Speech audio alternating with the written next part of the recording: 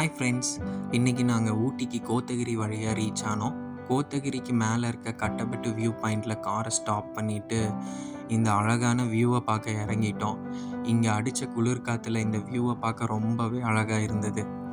தென் காரை ஸ்டார்ட் பண்ணிவிட்டு தொட்டபெட்டா வழியாக ஊட்டிக்கு போகலான்னு பிளான் பண்ணோம். ஊட்டி போய் ரீச் ஆனதுக்கப்புறமா ரூமில் ரெஃப்ரெஷ் ஆகிட்டு நாங்கள் பைன் ஃபாரஸ்ட் போகலான்னு பிளான் பண்ணோம். பைன் ஃபாரஸ்ட் ரீச் ஆனதும் இங்கே entry ticket per head ₹30 and entry ஆனதுமே இந்த இறக்கத்தில் நீங்கள் இறங்கணும். இது ரொம்பவே ஸ்டீப்பாக இருக்கனால கொஞ்சம் பார்த்து தாங்க இறங்கணும். அண்டு நாங்கள் இந்த லேக்கை நோக்கி நடக்க ஆரம்பிச்சிட்டோம்.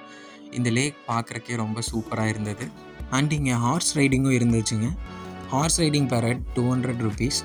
நான் ஹிரனை கூட்டிகிட்டு ஹார்ஸில் ரைட் பண்ணேன்.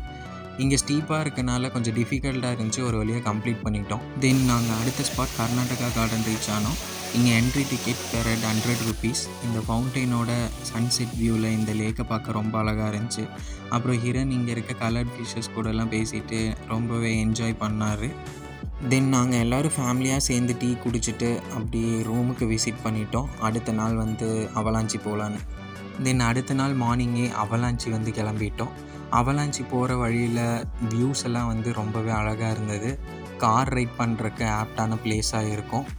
அதுக்கப்புறம் அவலாஞ்சி ரீச் ஆகிட்டோம். செக் போஸ்ட்குள்ளே என்ட்ரி ஆனதுமே ஃபாரஸ்ட்குள்ளே நீங்கள் கொஞ்சம் தூரமாக ரைட் பண்ணிவிட்டு போகணும் until you are reaching Avalanche. அவலாஞ்சியில் என்ட்ரி டிக்கெட் பெர் ஹெட் ₹30.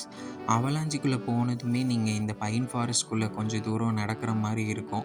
இங்கே ஒரு பெரிய ரிவர் ஓடிட்டுருக்குங்க. So until reaching that river நீங்கள் கொஞ்சம் தூரம் வாக்கபிள் டிஸ்டன்ஸில் நடக்கணும்.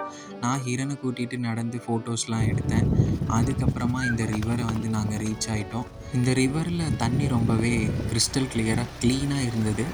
அண்ட் நான் ஹிரன் கூட சேர்ந்து கிராஸில் ரோல் அவுட்லாம் கொஞ்சம் நேரம் விளையாண்டேன்.